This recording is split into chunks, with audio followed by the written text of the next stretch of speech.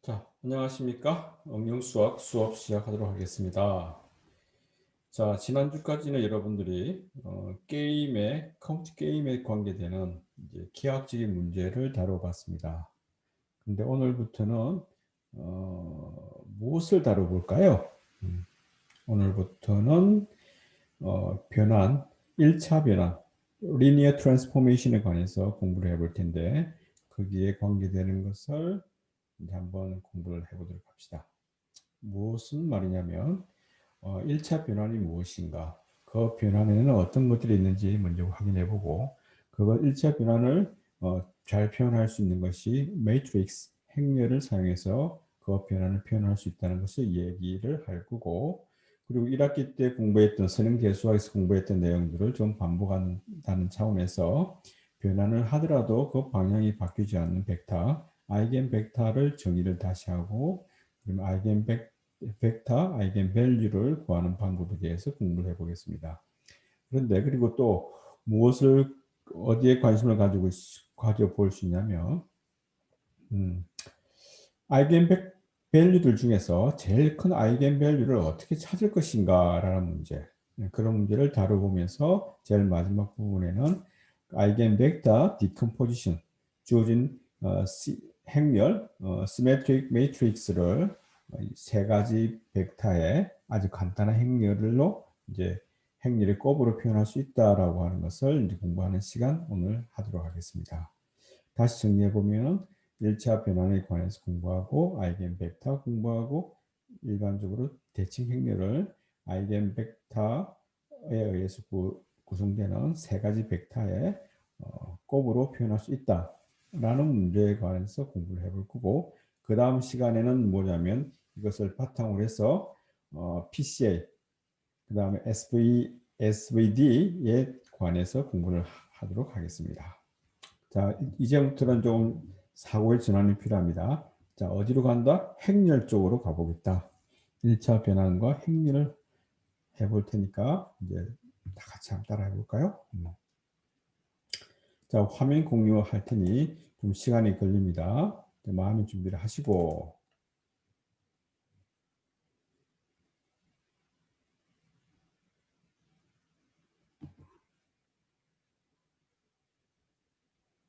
자, 아직도 들리나요? 이제 나옵니까? 제가 사용하고 있는 아이패드 이제 바탕 화면이 되겠습니다. 여기에서 파워포인트를 띄워보도록 하겠습니다. 자, 잘 보입니까? 일단 조금 전에 이야기했던 것처럼 변환, 고유벡터, 고유치 방정식에 관해서 공부를 한다. 자, 여러분들 보고 있는 장면은 무엇인가요? 무엇을 보고 있습니까? 큐브. 3차 공간에 정육면체를 보고 있습니다. 정육면체가 있고 한 변의 길이가 얼마일까요? 한 변의 길이가 이 정육면체를 가지고 이제 다음과 같은 좀 큐브면, 육면체로 정육면체를 변형시켜서 만든 큐브면을 만들어 보아라. 어떻게 만들 수 있을까? 그림이 예쁘지 않습니까? 자, 여러분들이 컴퓨터 그래픽스를 공부하게 되면 조금 전에 정육면체를 가지고 여러 변화를 취하게 되면 이와 같은 형태의 사람 모양을 만들 수가 있는데, 여기 몸통이 있고요. 그 다음에 머리 부분이 있고, 그리고 팔, 왼팔, 오른쪽 다리, 상박, 하박, 그 다음에 왼쪽 다리, 상박, 하박 이렇게 나눌 수 있다. 자, 어떻게 만들 수 있을까? 자, 몸통 같은 경우에서는 원래 주어진 정육면체를 크기를 그대로 갖다 놓고 원하는 곳의 센터에다가 그냥 갖다 놓으면 되겠죠. 위치를 이동시켜서 갖다 놓는 작업이 필요할 것 같고, 그 다음에 머리 같은 경우를 만들려 그러면 동일한 정육면체를 어떻게 좌우가 X축이라 그러면 X축으로는 어떻게 조금 줄이고, 그다음에 Y축, 아래 위가 Y축이라 그러면 Y를 조금 늘려야 될 것이고, 그 다음에 Z축도 조금 폭을 좀 줄여야 되겠네요. 그죠? 이렇게 크기를 조절해서 크기를 조절한 다음에 원하는 위치에 머리 부분에 갖다 놓으면 되겠다. 자, 오른쪽 팔, 왼쪽 팔 또한, 자, 팔 같은 경우에는, 자, 좌우가 좀 늘어나야 되겠죠? 자, X축으로 크기를 확대를 하면 좋을 것 같고, 그 다음에 Y축으로는 조금 납작하게 좁혀야 되겠네요. 그래서 Y축 스케일링은 1보다 작은 값으로 스케일 조절하면 되고, 예를 들면, 요 몸통의 크기에 비해서 한 3분의 1 정도 하면 될까? Y축을 이렇게 스케일링 조절하면 될 것 같고, Z축은 어떻게 될 것 같아요? 이것 또한 조금 줄이든지 하면 되겠네요. 왜냐하면 몸통보다 더 이제 작게 표현되고 있으니까. 자, 이런 식으로 이제 하면 될 것 같고, 여기서는 뭐냐면 회전이 조금 더 하는데, 슈링, 시그레트린 작업이 좀 필요할 것 같고요. 그 다음에 이것은 뭐냐면 회전에 의해서만 나타날 거고, 여기도 슈링이 들어가 있고, 이것도 슈링이 좀 들어가 있네요. 아랫부분은 그림자 모양이고, 그림자는 자연스럽게 렌더링에 의해서 만들어지는 결과고, 따라서 여러분들은 정육면체를 한 놈, 두 놈, 세 놈, 네 놈, 다섯, 여섯, 일곱, 여덟 개를 갖다가 놓는데, 한 변의 길이가 2인 정육면체를 가지고 어떤 놈은 그대로, 어떤 놈은 XY 크기를 줄이고 늘리고 이런 식으로 하게 되면 큐브면을 만들 수 있다는 것이죠. 이와 같이 생각지도 않은 애니메이션 부분에도 뭐가 사용되느냐면 1차 변환이 사용되고 있다는 것이고요. 그래서 1차 변환에는 어떤 것들이 있는지를 조금 더 살펴보기로 할까요? 자, 그럼 일단 변환이라고 하는 것이 뭔가? 자, 여기서 표현하고 있는 x라고 하는 표현은 우리가 이제 함수, 실수에서 실수로 가는 함수에서 말하는 1차 실수값이 아니고, 여기서 x로 표현된 놈은 어떻게 이해하느냐면 2차원 공간의 x, y라 그러면 이것은 뭐냐면 x, y라고 하는 하나의 점을 나타내는 거라 생각해 주시면 되고, 그래서 어떤 변환이라고 하는 것은 어떤 위치에서 새로운 위치로 가게 되는 형태를 뭐라고 부르겠다? 변환. 위치를 변환하거나 크기를 변환하거나, 일단 새로운 점을 만들어내는 것을 뭐라고 부르냐면 트랜스포메이션, 포메이션이라고 이야기를 하겠다. when transformation. 그래서 이제 transform 한다는 의미고요. 자, 새롭게 나타나는 것을 보통 x 프라임이라 표현하고 어디에서 f of x 이렇게 되는 것이죠.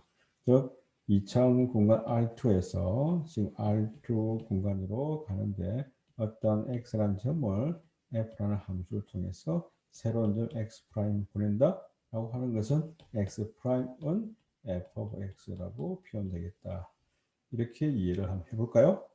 정리해보면 어떤 하나의 점을 새로운 점으로 새로운 점으로 위치하는 것을, 새로운 점을 갖는 것을 뭐라고 부르겠다? 트랜스포메이션, 트랜스폼 했다라고 얘기를 하겠다는 거죠.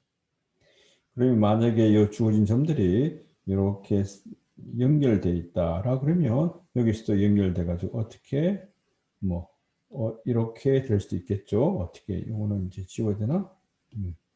이렇게 생각하면 되겠네요. 이놈이 이렇게 갈 수도 있겠다라고. 그럼 이것을 수식으로 어떻게 표현하면 좋을까? 그런 것을 이제 공부를 해보겠다. 자, 그런데 우리가 여러 트랜스포메이션 중에서 특히 뭐에 관심이 있냐면 리니어라는 말은 우리가 1차 변환이라고 이야기를 하는데요. 리니어 트랜스포메이션은 1차 트랜스포메이션의 정의가 뭐냐면 원래 두 개의 점을 더해서 두 개의 값을 더해서 값이 돼도 상관이 없고 점이 돼도 상관이 없고 주어진 공간에 두 개의 원소를 더하기 연산을 해서 변환을 취한 것과 각각을 변환을 취한 것과를 각각을 변환을 취해서 두 개를 더한 결과가 동일할 때 이렇게 되는 성질을 가지고 있으면 있고, 그 다음에 원래 x배에 대해서 알파 a배를 상수배를 한 놈을 변환을 시켜 것은 원래 그 놈을 변환을 시켜서 a배를 한 것도 동일하다라는 것이죠. 그래서 두 가지 성질을 이제 만족할 때 주어진 함수 f가 주어진 변환 f라는 변환을 뭐라고 이야기하냐면 1차 변환이다라는 거죠. 그래서 여기서 1차 변환의 성질을 좀 살펴보게 되면 볼까요? 1차 변환을 살펴보게 되면 조금 전에 이런 성질이었죠. 여기에서 f of x 플러스 y는 f of x 플러스 f of y 1번 2분이 뭐냐면은 x에 대해서 a배 한 놈과 그놈 x에 대해서 변환 한 놈이 a배 한 거랑 같다라고 하는 것을 동시에 만족할 때 뭐라고 부른다? 1차 변환 리니어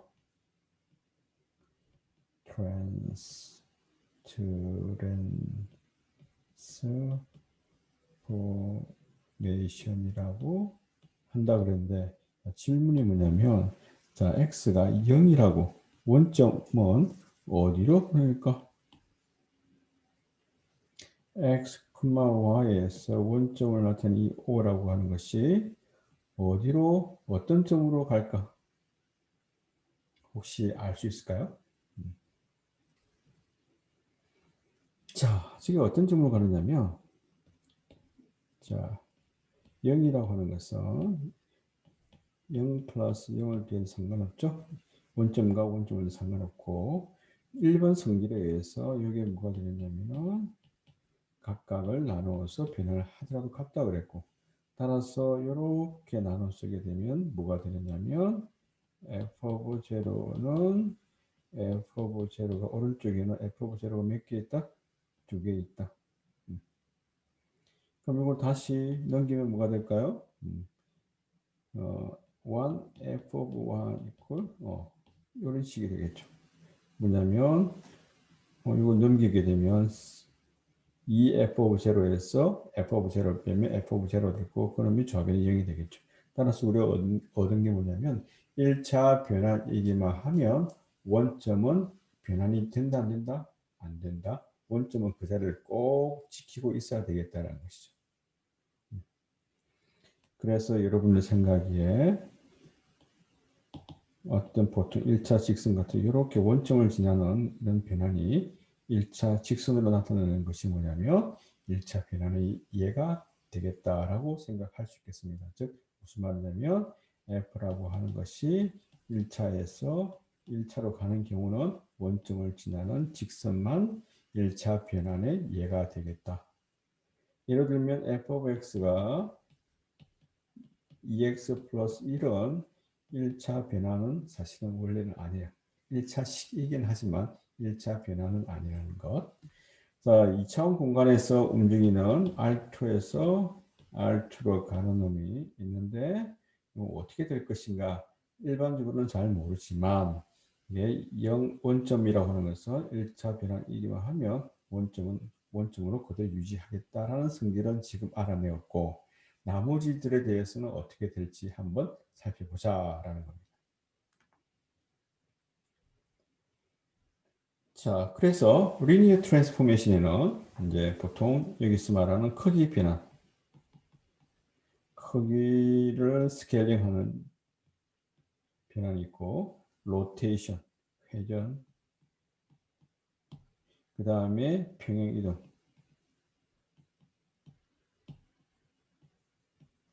요것이 크기 변환이 리니어 트랜스포메이션이 될까? 회전 변환이 x축으로 몇 도 돌리라, 30도 돌리라, 20도 돌리라 라고 하는 변환이라고 하는 변환이 1차 리니어 트랜스포메이션 되는지 안 되는지 그 다음에 평행 이동 x축으로 1만큼 y축으로 2만큼 이동하는 놈이 리니어 트랜스포메이션 되는지 안 되는지를 한번 체크해 봅시다. 자, 스케일. 자, 왼쪽에 있는 그림 한번 볼까요? 여기 있는 그림을 길이가 2인 이제 정사각형이 있네요. 이런 걸 스케일링을 한다고 합시다. 즉 스케일링을 한다고 하는 것은 원래 주어진 x점에 대해서 a배. 자, a배 한다면 x1이라는 점은 1,0이니까 이런 걸 a배. 예를 들면 a를 2배라 그럴까?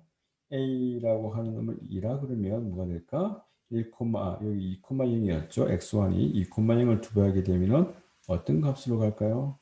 4,0으로 갈 거고, 여기 있는 x2란 좌표가 뭐가 되죠? x1, 2, y1, 2가 되니까 2,2라는 점인데, 여기에 대해서 두 배를 하게 되면 뭐가 되겠습니까? 1, 2, 3, 4, 1, 2, 3, 4, 4,4가 나올 거겠죠?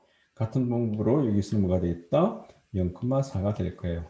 자, 이와 같이 x 변이가 두 배가 되고 y 변이가 두 배가 되기 때문에 x의 크기 변화, y 크기 변화 비율이 같은 경우를 뭐라고 부르냐면 유니폼, 유니폼 스케일을 적용했다. 그때 동일하게 적용하는 값이 얼마다? AB가 되겠다라는 것이죠.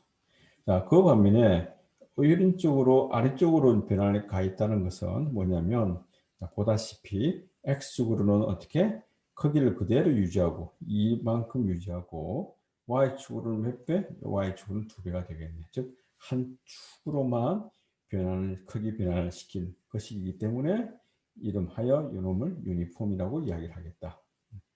어쨌든 스케일링은 X축으로 몇 배, Y축으로 몇 배라고 시키는 것인데, 이제 X축의 비율과 Y축의 비율이 같은 놈을 유니폼 스케일, 다른 스케일을 non 유니폼 스케일이라고 이야기를 한다.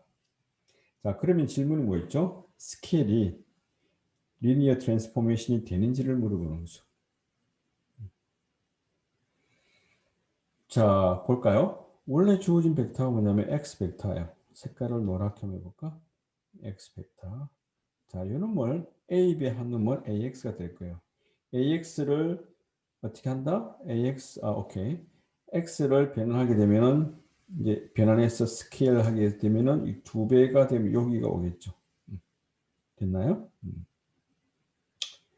이렇게 되고, 그 놈을 다시 A배, 어, 이 놈을 AB 하게 되면 요 정도 크기가 이렇게 바뀔 거고, 다시 AX를 이제 두 배 하게 되면 이렇게 되겠죠. 결국 뭐냐면, 이렇게 변환한 놈의 결과가 있고, 결과에다가 AB 하게 되면 이렇게 될 거고, AX를 다시 스케일링 하게 되면 이렇게 될 거니까 결국 어떤 거냐면, 원래 두 번째 조건인 X에다가 AB 한 놈의 변환한 놈과 X를 변환한 놈에 대해서 A, B 한 거랑 같다라고 하는 것을 이제 체킹이 가능할 거고, 자, 오른쪽에 있는 그림은 무엇을 말하냐면, 여기 있는 X 벡터랑 Y 벡터를 더하면 이 놈이 되겠죠? 자, 이 놈을 변환한 놈이 요게 될 거예요. 두 배, 스케일링 두 배 하는 거니까, 여기 S, 스케일링 오브 2라고 그랬기 때문에. 자, 그 결과랑 x에 대해서 두 배하고 y에 대해서 두 배해서 요 벡터랑 요 벡터를 더하게 되면은 쉽게 해서 요 동일한 결과가 나온다는 것이죠. 그래서 스케일링은 첫 번째 조건 리니어 트랜스포메이션의 첫 번째 조건 여기서 만족되었고, 리니어 트랜스포메이션의 두 번째 조건 여기서 만족되었기 때문에 스케일링은 선행 변환의 하나 이해가 되겠다라는 사실을 확인했습니다. 자, 그 다음 로테이션. 로테이션 한다는 것은 항상 스케일 트랜스포메이션이든 로테이션 트랜스포메이션이든 중심이 어디가 되느냐면 0,0의 위치에서 중심이 되겠다. 즉 0,0에 대해서 x축으로 몇 배, y축으로 몇 배 그렇게 이해하면 되고, 그다음 회전은 어느 축에서 중심을 회전하냐면은 이 축을 중심으로 회전하겠다라는 것이죠. 그래서 세트만큼 회전하게 되면은 이 각도가 몇 도가 되느냐면은 세트만큼 될 거고, 여기 있는 2,0라는 점이 이 점으로 대응되겠고, x라는 점이 요즘에 대응될 것이고, x라는 점이 요즘에 대응되겠다라는 것이죠.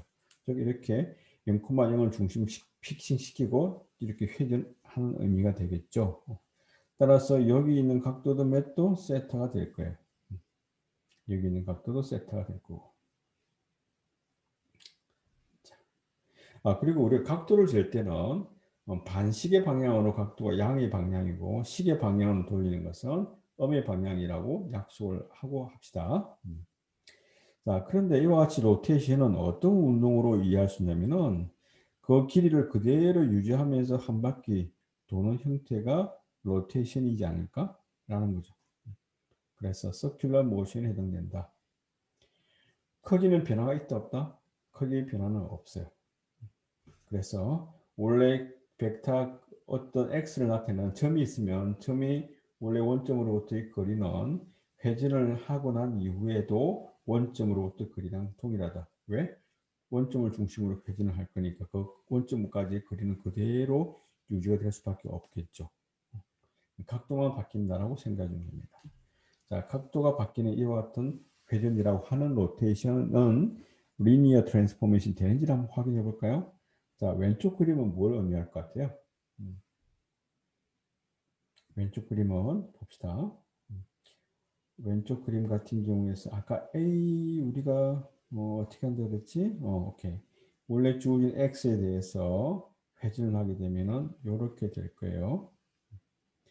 확인해야 될 일이 뭔가요? 일단 두 번째 조건이 트랜스포메이션을 하기 AX 이놈과 X를 트랜스포밍해서 A랑 같은지를 물어보는 거죠. 자, AX가 뭐였죠? X가 있고, 자, 파랗게, 빨갛게 해볼까요? X라는 놈을 AX를 구하게 되면 이렇게 되겠죠? AB 하라 그랬으니까 AB 하면은 AX가 되겠죠? 자, 요것을 뭐 했다? 로테이션 하면 이렇게 갈 거예요. 자, 최종적인 위치는 여기 있고 왼쪽에.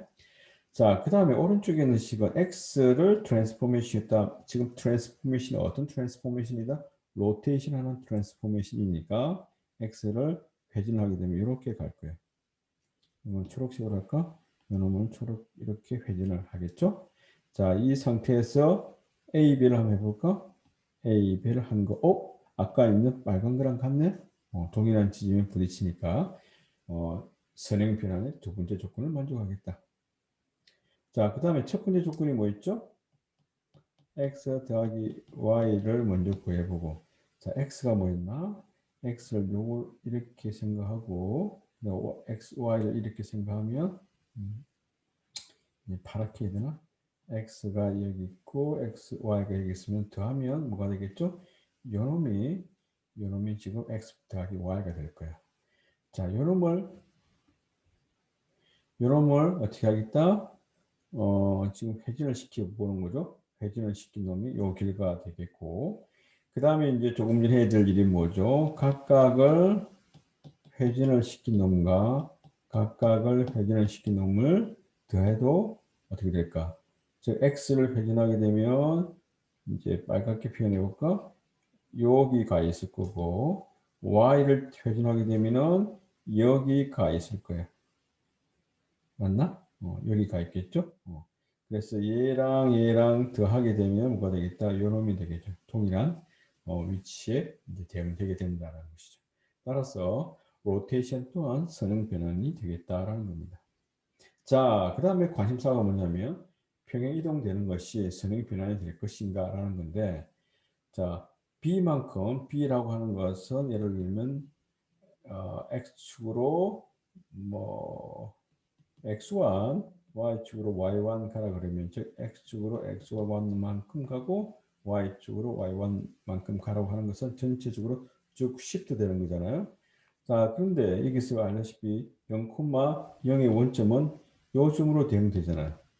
그래서 조금 전에 선형 변환의 성질을 유리했던 것처럼 원점은 그대로 원점을 유지시켜 줘야 된다 그랬는데 트랜슬레이션 같은 경우에서는 원점을 유지하지 못한다. 그래서 트랜슬레이션 자체는 평행 이동은 선형 변환이 아니다라고 결론을 지을 수 있겠습니다.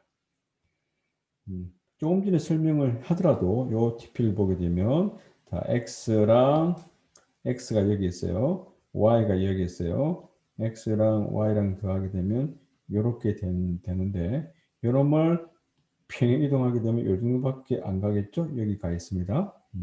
그런데 아까 뭐라 그랬죠? TX배, 즉 X를 변환한 놈 여기가 있을 뿐이며 Y를 변환하면 여기가 있겠죠. 따라서 요 점을 나타내는 이 벡터랑 요 점을 나타내는 이 벡터를 더하게 되면 여기가 있을 거라고요. 그래서 요놈과 요놈의 값이 다른 값이 된다는 것. 따라서 이런 선행 변환의 1차 첫 번째 성질에 모순되기 때문에 평행 이동은 translation이라는 놈은 선행 변환이 아니다라고 결론 지을 수 있겠습니다. 그렇지만 나중에 배울 그래픽스 수업 시간에 배울 변환인 affine 변환에는 이제 해당되는데 일단 선행 변환은 아니다라고 얘기해 볼 수 있겠죠. 그래서 우리가 처음에 쉽게 생각할 수 있는 크기 변환, 그 다음에 회전하는 것, 그 다음에 위치 이동 변환이 셋 다 모두 다 선행 변환이라고 생각되었겠지만 선행 변환이 아닌 놈이 하나 존재한다. 뭐가? translation은 선행 변환이 아니다라고 생각해 주면 되고 나머지 스케일링, 로테이션, 그 다음에 반사하는 것, 그 다음에 슈링, 찌그러뜨리는 것 이런 것 또한 다 선행 변환이 된다라고 이제 정리를 하고 넘어가도록 하겠습니다.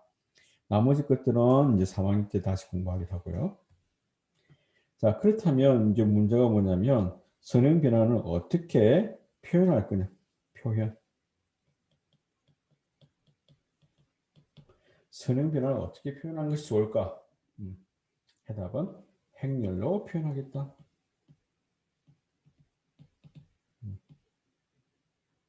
조금 전에는 선행 변환이 무엇인가, 종류가 무엇이 있는가를 이야기했고 이제는 그러한 그러한 변환들을 표현하는 방법에 대해서 생각해 본다. 좋은 게 뭘까? 행렬을 사용하겠다. 자, 그래서 이 그림을 보게 되면 x에서 f of x, f란 변환에 의해서 새롭게 만들어지는 점이 f of x라면 p라는 점이 어떤 점으로 바뀌었다? p 프라임으로 바뀌었다 그래서 이렇게 표현할 수 있을 거예요. 자, 그런데 p 프라임 나타내는 x 값을 x p 프라임이라고 하는 것은 x 프라임 y 프라임으로 표현되고 자, 요놈이 어디에서 온다?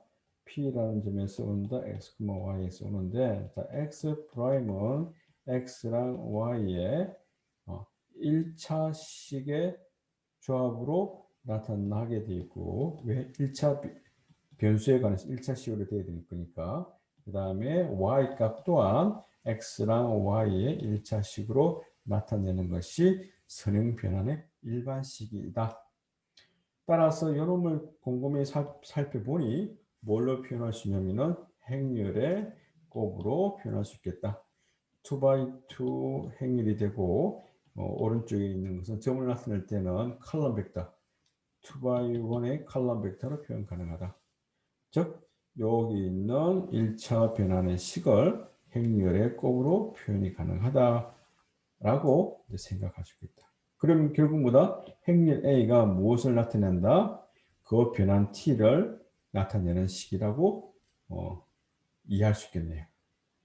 됐습니까? 그럼 행렬이 뭔가? 변환에서의 행렬은 변환식을 나타내는 그런 관계식이 되겠다. 그러면 조금 전에 봤던 스케일링, 아까 스케일링이 되고 로테이션이 된다 그랬잖아요. 스케일링이 관계되는 행렬은 X축에 확대되는 SX배, Y축에 확대되는 SY배. 아까 처음에 했던 게 X축으로 2배, Y축으로 2배면 2, 0, 0, 2가 되겠고 아까 두 번째 얘가 뭐였죠? X축은 그대로 유지되고 크기는 따라서 X축은 크기 변함이 없으니까 1, Y축은 크기 얼마나 바뀌죠? 위로 2배가 되었으니까 2, 그리고 대각선에 하는 나머지 부분은 0, 0을 집어넣게 되면 되겠다. 이것 또한 이거는 유니폼 스케일링, 이것은 난 유니폼 스케일링이 되겠죠. 자, 이와 같은 경우는 뭐냐면 크기를 원래 이 사이즈인데 1로 줄여버렸네. 그럼 크기를 어떻게 반으로 줄여버렸으니까 0.5. 크기를 2배 하니까 2가 되겠네요. 이런 식으로 스케일링은 매트릭스 형태로 표현하게 되면 대각 성분의 대각 행렬로 표현이 가능하다. 자, 로테이션은 어떻게 되느냐면 이런 식으로 이제 로테이션을 나타내는 행렬은 이렇게 표현되겠다. 자, 왜 이렇게 되는지 표현해 볼까요? 우리가 1학기 때 그걸 배웠나? 1,0을 어떻게 변환되는지 변환되는 결과가 첫 번째 컬럼이 온다 그랬고 그 다음에 0,1에 해당되는 놈이 두 번째 컬럼이 온다 그랬어요. 자, 일단 그것도 그거지만 봐봐요. 여기 있는 1,0을 1,0이라는 점을 세타만큼 회전을 하게 되면 이때 x값, y값이 뭐일까라고 물어보는 거잖아요. 맞죠? 그런데 요 거리가 여기 1이잖아. 1만큼의 길이를 그대로 회전할 거니까 요 거리가 1이 될 거고, 자, 이 각도가 몇 도? 세타가 되니까 요 길이가 뭐가 될까? 당연히 코사인 세타요. 요 값이 뭐가 될까? y 값이 사인 세타가 되겠죠. 그래서 x 값은 코사인 세타요. y 값이 사인 세타니까 코사인 세타, 사인 세타가 되겠다. 자, 그 다음에 여기 있는 점이 어디로 가죠? 여기도 세타만큼 회전이 되겠죠? 자, 그래서 요 값이 요 길이가 뭐가 될 것 같아요? 요 길이가 코사인 세타가 되고 요 길이가 사인 세타가 되는데 부호가 지금 어 부호가 어떻게 될 것 같아? x 값이 마이너스 0,0이 가 있으니까 마이너스 사인 세타가 될 거예요. 따라서 코사인 x 값이 얼마가 되죠? 마이너스 사인 세타가 되고 y 값이 코사인 세타가 될 거니까 이런 행렬의 컬럼 벡터가 되겠다는 거. 자, 이렇게 되니까 우리가 이제 생각하기를 일반적으로 우리가 앞에서 배웠던 것처럼 이렇게 될 거고. 자, 이것은 어떤 의미인 줄 알겠습니까? x, 일반적으로 행렬을 나타내는 변화를 나타내는 행렬 a가 이렇게 주어졌을 때 원래 x, y라고 하는 것은 어떤 의미였죠? x, 0과 0,y를 더한 놈이고 스케일링 x 1,0의 x배 0, 뭐가 되죠? 1의 y배 되는 거죠. 자, 이것을 sorry. 갑자기 어디까지 갔지?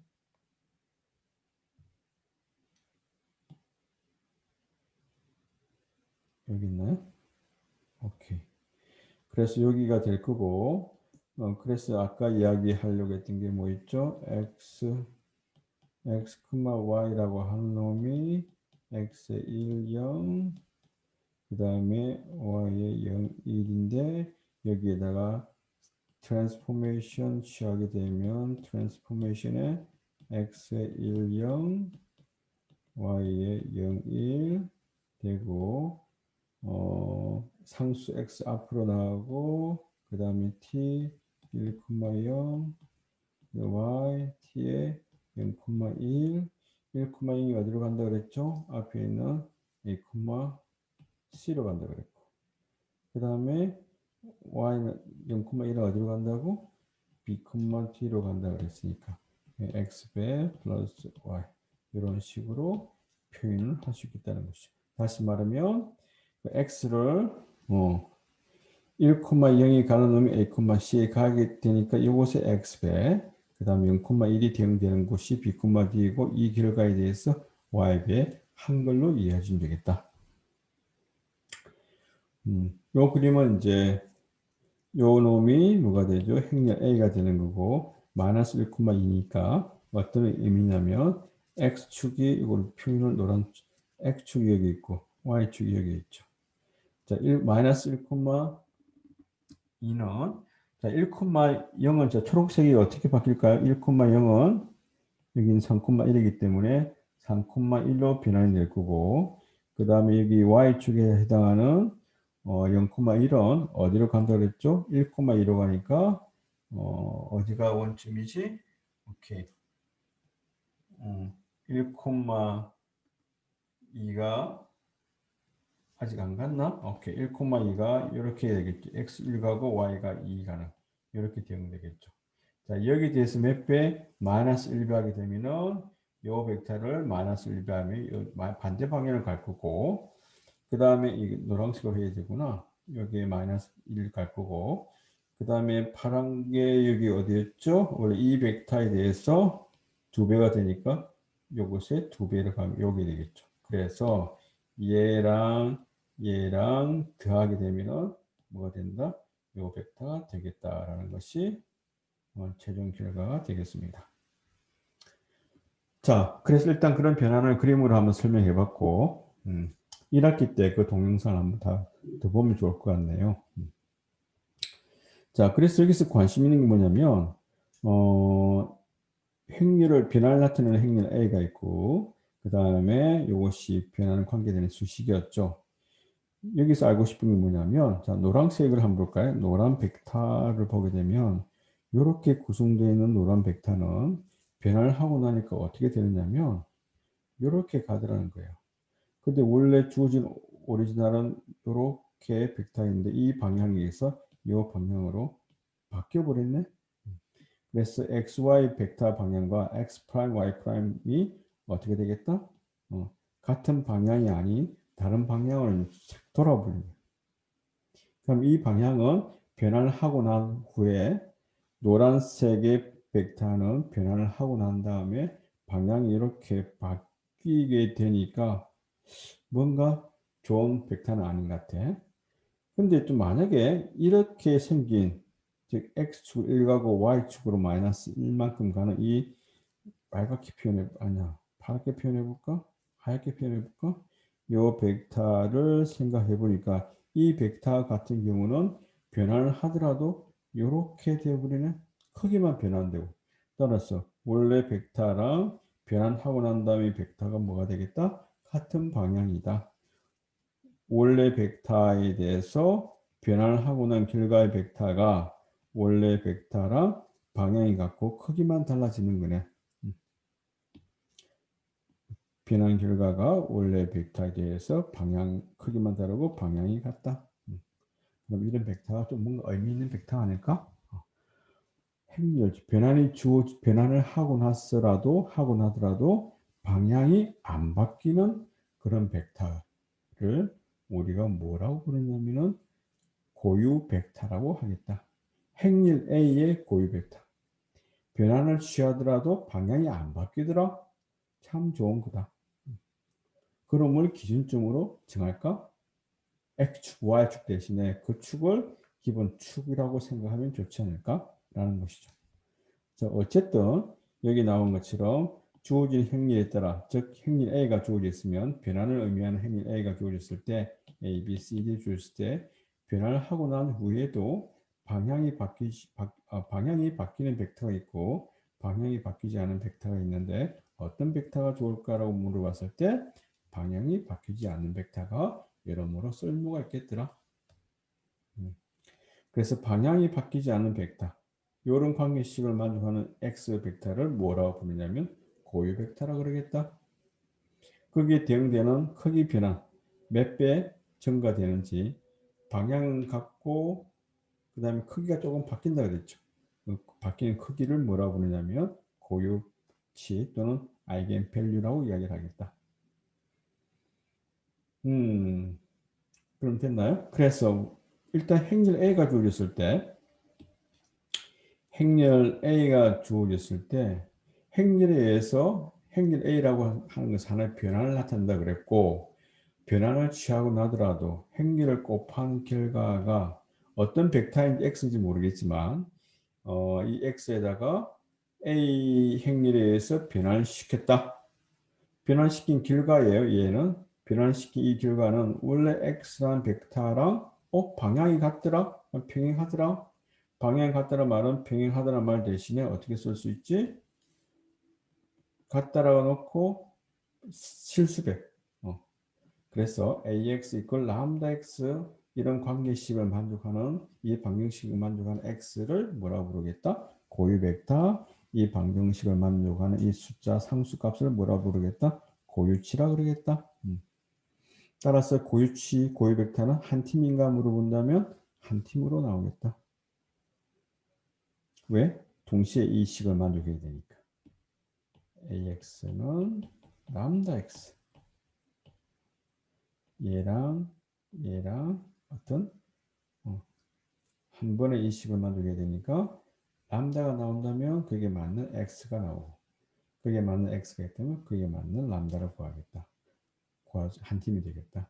따라서 그러면 질문이 뭐냐면 어떻게 구할 것인가가 질문이 되겠지. 그러니까 지금까지 공부한 생각을 해볼까요? 지금 우리가 다루는 변화는 어떤 변화만 다루겠다? 1차 변환만 다루겠다. 자, 1차 변환에는 예로서 스케일링, 로테이션이 있었다. 근데 그놈들은 어떻게 표현되더라? 행렬의 곱으로 표현되더라. 그런데 그러한 이제 행렬 변환을 했는데 변환을 하기 전과 변환을 하고 난 다음에 방향이 안 바뀌는 벡터가 있겠네? 있다면 그게 좋지 않을까? 그 벡터를 뭐라 부르겠다? 고유 벡터라 그러겠다. 무엇에 관한 고유 벡터? 주어진 행렬 A에 관한 고유 벡터라고 이름을 칭하겠다. 고유란 말은 그대로 유지된다는 말이겠죠? 변환을 하더라도 방향이 바뀌지 않는 벡터. 자, 그러면 어떻게 구할까? 고유치 방정식인 ax 이퀄 람다 x식을 만족해야 되는데 한번 a라는 행렬이 1, 3, 0 이루어져 있고 그 다음에 u라는 벡터 뭔지 모르겠어요. 그냥 임의로 한번 잡아봤습니다. 3x가 3 갈 때 y가 1로 가는 3, 1 벡터. 이 벡터에 대해서 행렬 a를 곱해보니까 계산해 보니까 자 이렇게 곱하면 3 더하기 3하면 6이 되고 3이랑 0 곱하고 2랑 1 곱해서 더하면 2가 되겠죠. 6, 2는 뭔가 우리 어디서 본 것 같지 않나? 이제 공통도로 들어가 있는 값이 2가 들어가 있으니까 2를 앞으로 끄집어내고 보니까 3, 1, 5, U의 벡터, 원래 U 벡터에 대해서 2배 한 거랑 같네? 다시 말하면 U를 변환하고 난 U의 방향과 벡터랑 원래 벡터랑 어떤 관계했다? 2배 관계만 있다. 방향은 그대로 유지되면서 크기만 2배가 되겠다. 아하. 그럼 여기서 U가 뭐가 된다고? 고유 벡터 요 승질을 만족하니까. 그죠? AU는 2배 U가 됐으니까 이 승질 만족했네? U가 뭐가 되겠다? A의 고유 벡터가 되고 이때 U가 이때 2란 값이 U에 관계되는 스케일링 값이니까 아이겐 밸류가 되겠다. 마찬가지로 1,0을 하더라도 뭐가 되겠다? 고유 벡터가 되겠네요. 크기는 그대로 유지가 된다 그럽니다. 자, 그래서 주어진 행렬 A에 대해서 고유 벡터를 구해보면 지금 9에서 3, 1, 1, 0이 나온 게 아니라 그냥 찍어 보니까 운 좋아서 된 건데 궁금한 거는 뭐냐면 어떻게 이런 U 이러한 V를 구할 것인가가 관건입니다. 자, 고유 벡터 U에 대해서 임의의 상수배 하더라도 그 방향은 유지된다 그랬으니까 알파 U는 고유 벡터인가라고 물어보면 고유 벡터가 되겠죠. 알파 U가 A의 고유 벡터인지 아닌지 체크할 수 있는 방법은 뭐가 되죠? 알파 U 넣어보고 이것이 어떤 식으로 표현되면 된다. U의 무슨 몇 배 관계가 되면 알파 U가 고유 벡터가 된다고 말할 수 있는 거거든요. 자, 그럼 여기에서 알파라고 하는 것은 숫자니까 앞으로 끄집어내고 AU는 U가 고유 벡터이기 때문에 람다 U로 쓸 수 있고 알파랑 람다랑 같이 람다를 뽑아내고 그 다음 알파 U 그 벡터 그대로 여기 나와야 되겠죠? 나와야 되니까 고유 벡터가 되었죠. 그래서 원래 고유 벡터가 하나 있다면 고유 벡터의 상수배 하더라도 뭐가 되겠냐면 고유 벡터가 되겠다. 고유 벡터는 말은 방향만 의미가 있으면 되는 거니까 그 주어진 방향과 같은 방향에 있는 모든 벡터들은 뭐가 되겠다? 고유 벡터가 되겠다는 거죠.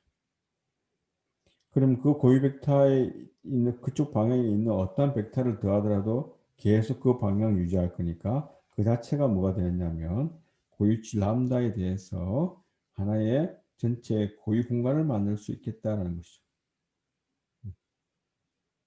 같은 방향에 있는 놈들은 다 이 벡터, 이 벡터, 이 벡터 어떤 벡터라더라도 다 고유 벡터가 된다 그랬으니까 요 벡터 직선상에 있는 모든 점들을 잇는 모든 벡터의 집합을 고유 공간이 아이겐 스페이스라고 얘기할 수 있겠다. 자, 일단 그럼 여기서 아까 질문이 뭐였죠? 고유치 방정식에서 고유 벡터를 어떻게 구할 것인가? 원래 이 식이 있다 그랬고, 그리고 여기서 우리가 아직 말 안 했는 게 있네요. x라고 하는 벡터는 0 벡터가 아니다.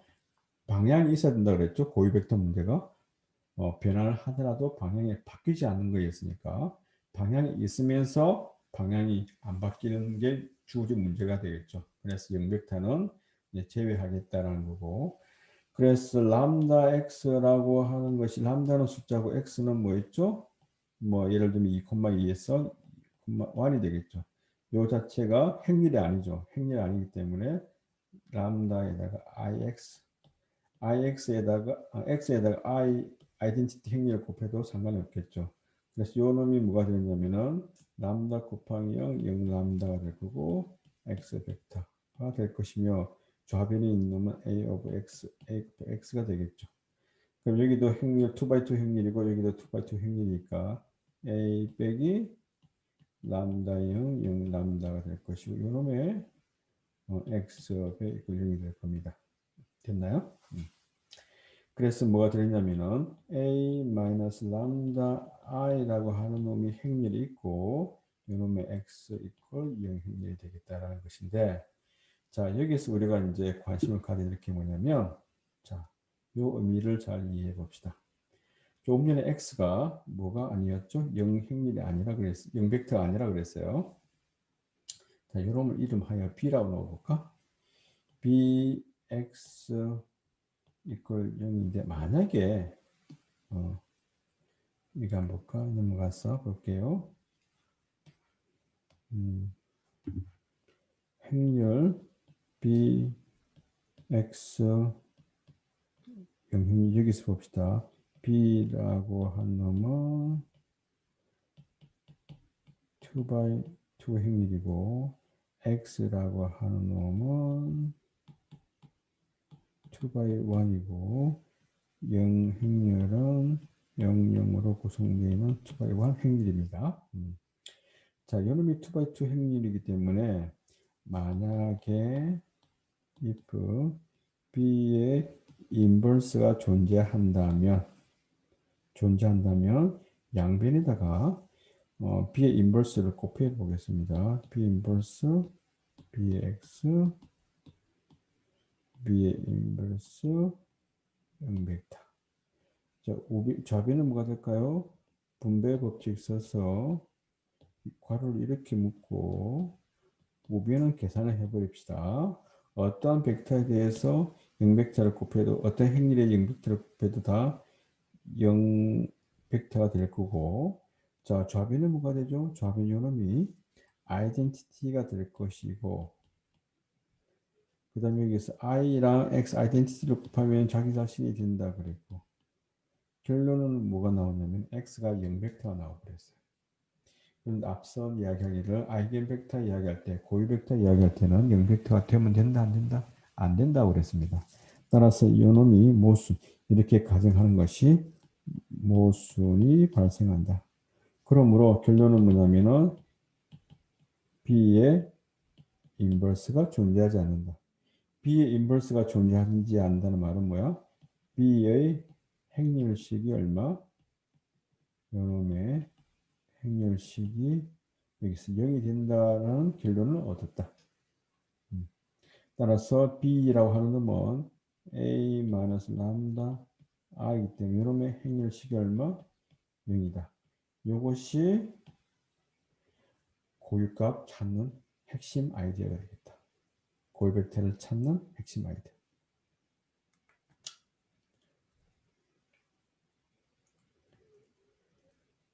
자, 그래서 고유치가 람다가 행렬 A의 고유치가 된다는 말은 이 관계식을 만족한다는 거고, 자, 이놈이 뭐냐면은 람다에 관한 n차 방정식이 되겠습니다. 만약에 주어진 행렬 A가 2x2 행렬이라 그러면 2차 방정식이 될 거고, 예를 들면 A가 이렇게 주어져 있다. 그러면 한번 구해볼까요? 특성 방정식을 쓰고 A-람다 i라고 하는 것의 고유치는 대각성분에다가 1-람다 2-람다 나머지는 그대로 3 써주고, 디터미넌트는 자, 이놈과 이놈을 곱하게 되면 1-람다 곱하기 2-람다 마이너스 이렇게 곱하면 0이 될 거고, 따라서 람다 마이너스 1, 람다 마이너스 2 이퀄 0을 만족하겠죠? 이 식을 만족하는 람다 값이 얼마? 한 놈은 1, 한 놈이 2가 나오겠지. 자, 그러면 이제 고유값을 구했어요. 고유값. 고유값을 구했다면 람다 1이 나왔고, 그 다음 람다가 2가 나왔죠. 고유값을 구했다면 이제 고유 벡터는 어떻게 구할까가 문제죠. 자, 행렬 A 130이었죠. 행렬 A가 1, 3, 0, 2고 람다 1이 하나가 1이다. 람다 2가 하나는 2다. 자, 람다 1에 관계되는 뭘 고유 벡터 V1이 무엇인지 찾고 싶다. 어떻게 찾을까? 자, 아까 우리가 갖고 있는 식이 뭐였죠? A 마이너스 람다 I 라고 하는 게 있었죠. 요거 곱하기 찾고자 하는 X 벡터가 0 벡터가 된다는 수식이었거든요. 그래서 A 마이너스 람다 I를 구하게 되면 뭐가 되죠? A 마이너스 람다 I에서 A가 1, 3, 0, 2가 되고 그 다음에 람다가 여기서 1이라 그랬으니까 1, 0, 0, 1이 될 거고 따라서 대각성분에서 여기에서 1, 마이너스 1, 2, 마이너스 1 한 거고 나머지 0, 3이 되겠죠. 요놈이 x, y가 0, 0 벡터가 되어야 된다는 수식이 있었죠. 이 식이었죠. 그래서 정리해 보면 0, 3, 0, 1 뭐가 되나? 요놈이 x, y가 되겠죠. 0, 0 되면 자 3x는 0, y가 0이 나오나? 이거 뭐 식이 잘못된가 보다. 다시 한번 볼게요. 제대로 나왔네. 그죠? 내가 그걸 계산을 잘못했구나. 자, 요 식이 아니죠. 자, 얘랑 곱하게 되면 0 곱하기 x가 되고 0 곱하기 x 더하기 3 곱하기 y니까 3 곱하기 y는 여기는 0이 되니까 0. 아래 식은 뭐가 된다? 0 곱하기 x 더하기 1 곱하기 y는 0. 요놈이 0 되고 0 되고 결국 뭐만 합니다? y가 0, y가 0이라는 식이 나왔죠. x 값이 뭐가 되든 상관없거든요. x에 대해서 아무 언급을 하지 않습니까? 그래서 람다가 1일 때 관계되는 고유 벡터는 뭐 t, 0이라고 되겠죠. 그래서 어떤 x 값은 어떤 값이 돼도 상관없으니까 그래서 제일 쉬운 간단한 값이 얼마가 될까? 1, 0이라고 일단 우리가 취할 수 있겠다. 자, 같은 방법대로 람다가 2일 때 뭐가 된다? 주어진 벡터가 행렬 A가 1, 3, 0, 2라 그랬으니까 1 마이너스 2, 2 마이너스 2, 3, 0, x, y, 0 벡터가 돼야 되니까 정리해보면 마이너스 1, 3, 0, 0, x, y, 0, 0이 되는 거죠. 자, 이렇게 계산하면 마이너스 x 플러스 3y 이퀄 0. 의미 있는 식은 이거 하나밖에 없죠. 자, 그럼 여기서 이런 관계식만 되기만 하면 되니까 y는 결국 뭐냐면은 3분의 1 x예요. 이런 관계식이 있는 점이 좀 많지 않나요? 자, 그럼 x가 3일 때 y가 얼마? x 3이면 y가 1도 만족할 거고 6,2도 만족하는 거고 어떤 건 상관없는데 그냥 대표적인 거 하나만 따볼까? 3,1. 그래서 두 번째 벡터 i의 벡터는 3,1이 되겠다라고 생각해 볼 수 있겠습니다. 그래서 첫 번째 고유 벡터는 u 람다 1에 람다 1 1일 때 관계되는 고유 벡터는 u는 1,0. 그 다음 람다가 고유값이 1일 때 대응되는 고유 벡터는 3,1, 즉 3, 1이 되겠다는 겁니다. 이제는 이제 고유 벡터를 구할 수 있죠. 오케이. 다음 행렬의 고유추와 고유 벡터를 구하시오. 자, 원래 A 행렬에 대해서 대각성분의 1 마이너스 람다 1 마이너스 람다씩 쓰고 그럼 요거는 디터미넌트 행렬식을 구하면 얘랑 곱하고 얘랑 곱하니까 곱하는 말은 곱해서 빼봤자 0이니까 할 필요 없고 요 값이 얼마가 되죠? 0이 되겠다. 따라서 람다 값이 얼마? 1이 나오네요. 고위치 람다 1에 고위 벡터 얼마 나오겠다? 1,0이 나오겠네요. 자, 그 다음에 이제 2,211로 주어진 것에 동일하게 2 람다, 2 람다 고위 벡터를 구하게 되면 자, 요놈과 요놈 곱하면 이렇게 되고 요놈과 요놈 곱해서 빼면 이게 될 거고 요놈을 정리하면 이렇게 될 것이며 람다 제곱 마이너스 4람다 플러스 3 이퀄 0은 고유 벡터가 되기 위해서 고유치 방정식의 값이 여기 0이 되어야 된다는 조건이 있었고 이때 람다 값 1과 3을 구해보고 람다가 하나가 1일 때 고유 벡터는 1 마이너스 1, 그 다음에 3일 때 고유값이 3일 때 아이겐 벡터가 1,1이 나온다 그러네요. 자, 잘 봅시다. 이 A라는 행위는 어떤 행위일까요?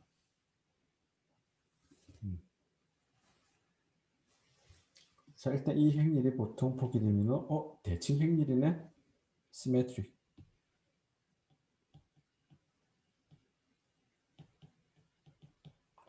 대칭 행렬이면 만들어지는 고유 벡터 얘랑 서로 수직이다.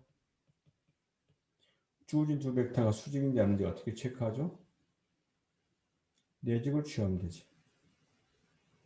따라서 1 벡터랑 내직을 하게 되면 1 내직을 한다고 하는 것은 지금 곱하기가 연산이 안 되죠? 그래서 요놈에 뭐가 될까? 트랜스포즈. 요놈의 트랜스포즈 취하게 되면 1 1에 트랜스포즈 곱하기 1 하게 되면 트랜스포즈 취하면 요놈이 뭐가 되죠? 1 1이 될 거고 그다음 요놈 1이 될 것이며 자, 1 by 2 by 1이 1 by 1이 되겠죠. 1과 1 곱하면 1이 되고 마이너스 1과 1 곱하면 마이너스 1을 더하면 0이 되겠네.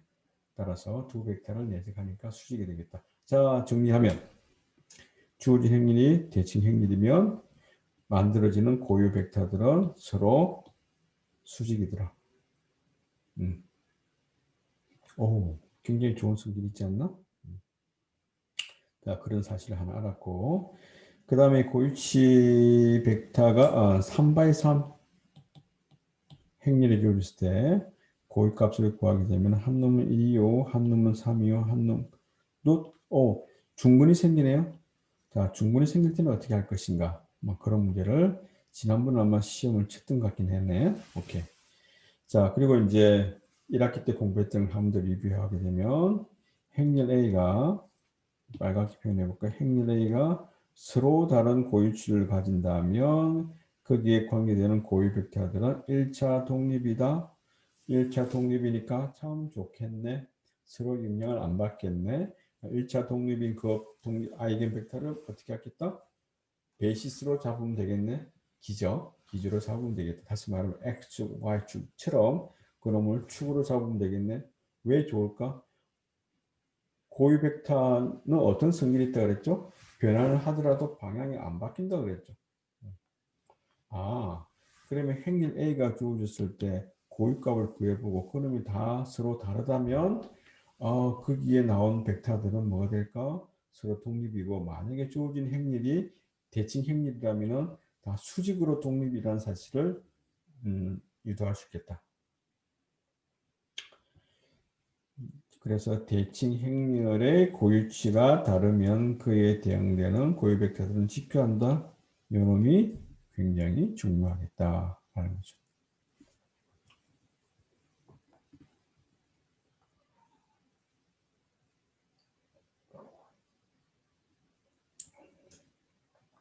그래서 n차 대칭 행렬이면 n by n 행렬의 대칭 행렬이 주어진다 그러면 그게 나는 고유 벡터들은 서로 직교하는 고유 벡터 몇 개, n개가 다 다르게 나오겠다라는 겁니다.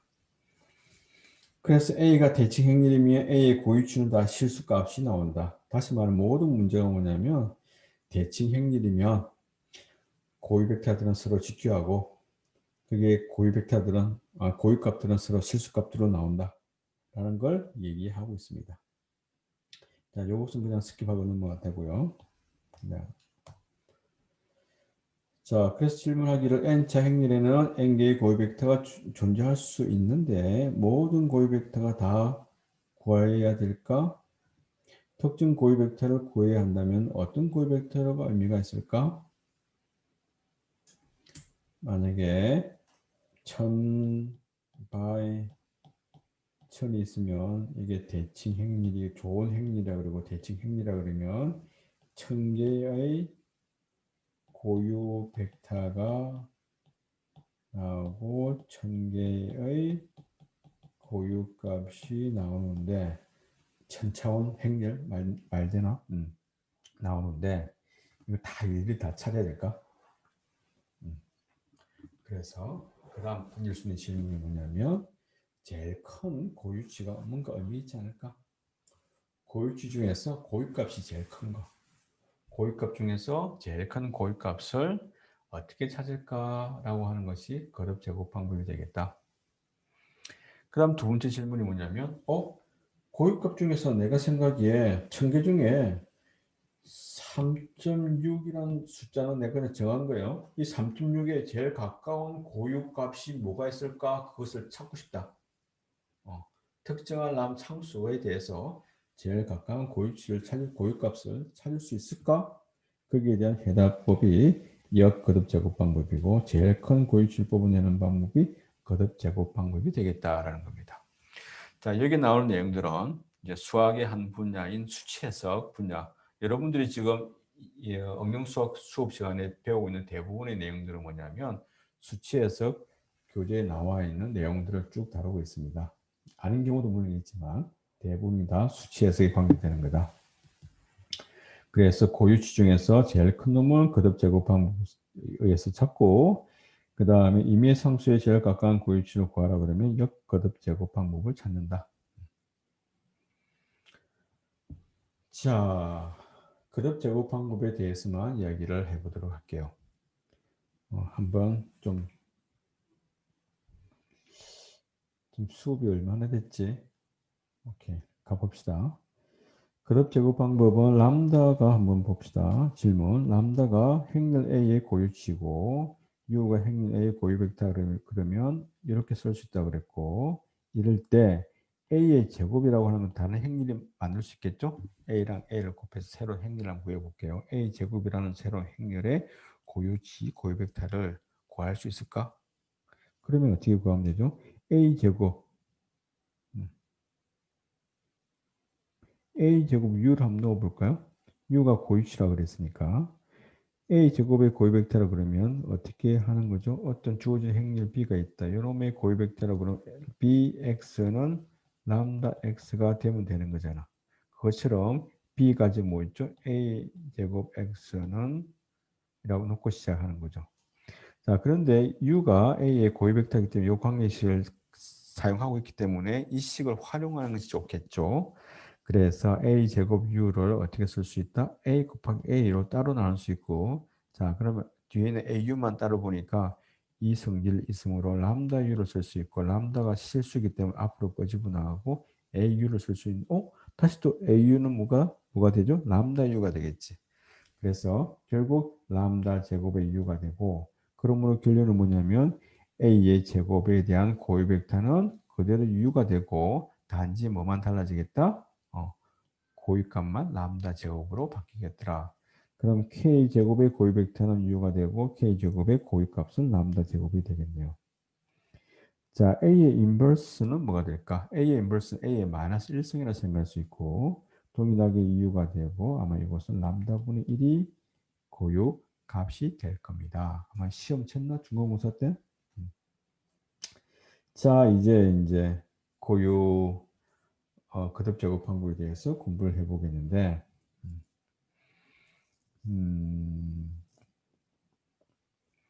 지금 파워포인트로 만든 놈을 지금 맥으로 옮겨서 그 다음에 하다 보니까 여기 나와 있는 것처럼 막 깨지네요. 제가 밑에 좀 정리를 해야 되는데 일단 여러분들 강의 자료에 올라가 있는 걸 보게 되면 이제 나름 깨끗한 놈을 볼 수 있을 겁니다. 자, 이거를 볼 수 있으려나? 자, 이 식을 여러분들이 유도할 수 있을까요? 자, 오케이.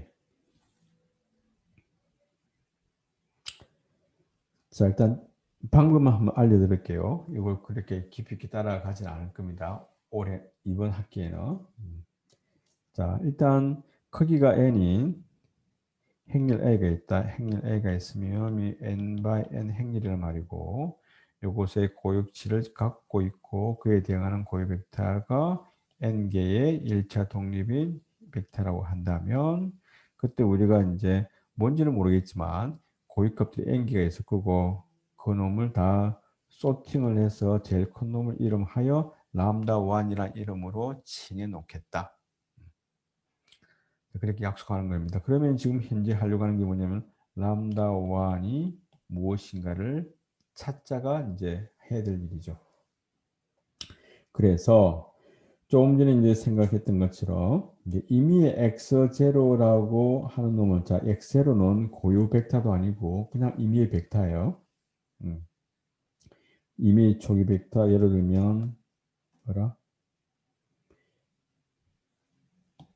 임의 초기 벡터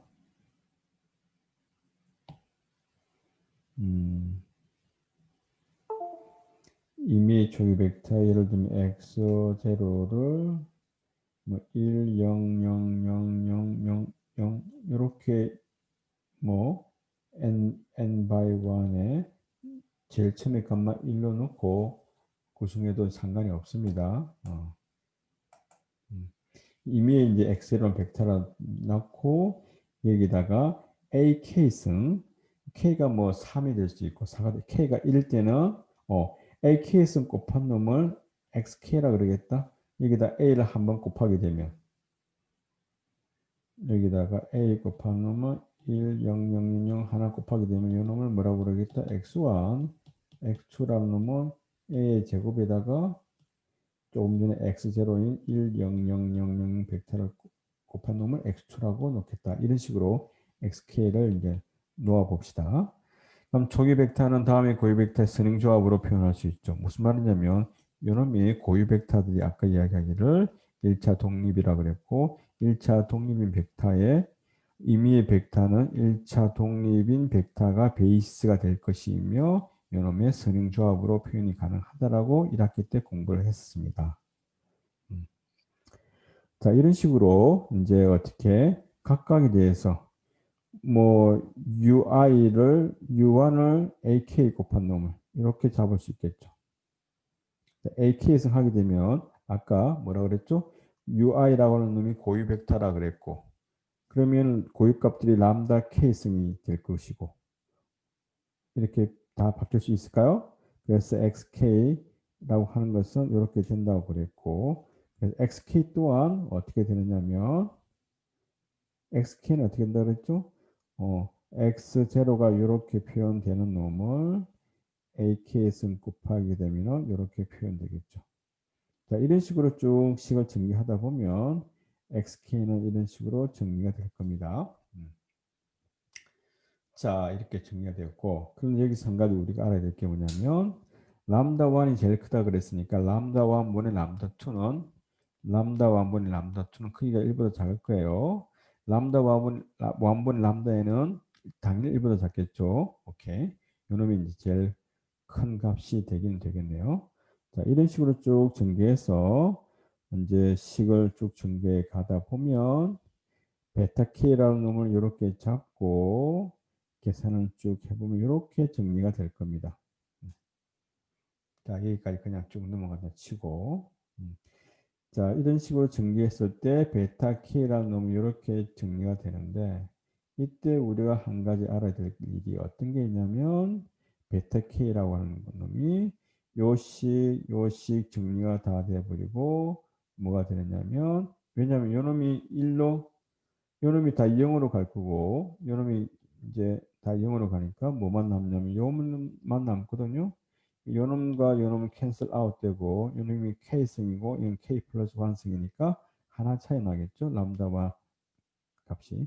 따라서 베타 K는 람다 1이 된다는 것이죠. 결국 우리가 하려고 하는 것은 뭐냐면 람다 1은 찾으면 이렇게 극한을 취하게 되면은 람다 1을 찾을 수 있다. 자, 정리해 보면 어렵죠? 오케이. 이거는 그냥 넘어가 됩니다. 뭘 했냐면 고유값이 있는데 고유값에 예를 들면 행렬 A가 3by 3 같으면 고유치 풀 때 고유치를 찾고자 할 때 어떻게 풀죠? 3차 방정식을 풀면 되거든요. 그래서 세 개를 구해주면 돼요. 그 중에서 제일 큰 값 뽑아내면 되는데 만약에 차수가 차원이 4차, 5차, 6차 가면은 우리가 5차 이상 방정식부터는 풀 수 없다 그랬잖아요. 그러니까 5차 이상의 방정식 풀 수 없으니까 고유값을 구할 수가 없어. 그럴 때 이 방법을 취하게 되면은 적어도 제일 큰 고유값은 찾을 수 있더라라는 것이죠. 어떻게 찾으면 돼? 이렇게 식을 놓고 극한을 취하면 되겠다는 거예요. 신기하지 않을까요? 신기하죠? 네. 하여튼 오케이. 이렇게 해서 이제 최대값을 제일 큰 고유값을 구할 수 있었다. 혹시 이제 관심 있는 친구들은 이제 따로 이제 찾아와서 물어보면 되고 시험이랑 상관이 없습니다. 거듭 제곱 방법이 무엇인가라고 시험 문제를 내지 않을 거고 일단 여러분들이 알려드리고 싶은 건 뭐냐면 질문을 이렇게 했을 때 어떻게 질문하느냐면 자, 고유값을 찾으려고 하니까 그 n차 방정식을 풀어야 되는데 n이 만약 5차 이상 넘어간다면 방정식의 해를 구할 수 없다고 말하지 않았습니까? 말했었죠. 그럼 못 푸는 걸 어떻게 찾을까요? 그러면 그 값을 직접 찾지 않더라도 적어도 무엇은 찾을 수 있다? 고유값 중에서 제일 큰 놈은 조금 전에 이야기했던 극한을 취하게 되면 임의의 벡터 x0를 잡고 막 여러 번 계속 돌리다 보면 프로그램 돌리다 보면 뭐가 나온다? 제일 큰 고유값은 찾을 수 있다. 즉 주어진 행렬이 뭐 1000바이1000이라 할지라도 만바의 만이라 할지라도 차원이 10차원이 되든 100차원이 되었든 1000차원이 되었든 그 주어진 행렬에 대응되는 고유 벡터의 제일 큰 고유값 중에서 제일 큰 고유값인 람다 1을 찾을 수 있고 고유값을 찾았으니까 그게 관계되는 고유 벡터도 찾을 수 있겠다라는 것이죠. 자, 이것을 활용해서 거듭 제곱 방법을 통하다 보면 임의 상수 알파에 제일 가까운 고유치를 찾을 수 있겠더라. 그래서 AU, 람다 U 이렇게 쓸 수 있고 그 다음에 찾을 놈이 이제 이렇게 이런 행렬을 새롭게 한번 생각해 보자. A-알파 i라고 하는 것을 생각해서 요 행렬에 관해서 고유 벡터가 뭐가 되더라? 찾아보니까 람다 마이너스 알파가 되겠네요. 자, 찾고자 하는 고유치가 뭘까?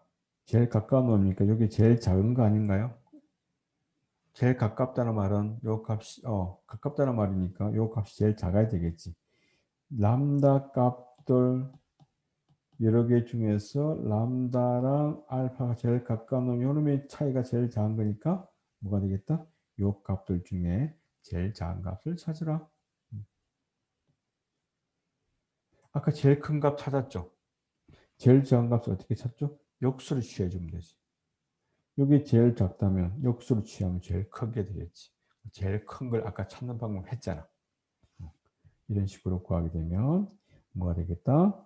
역거듭 제곱 방법이 이란 거고 이런 걸 통해서 제일 가까운 고유 값을 찾을 수 있겠다라는 것이죠.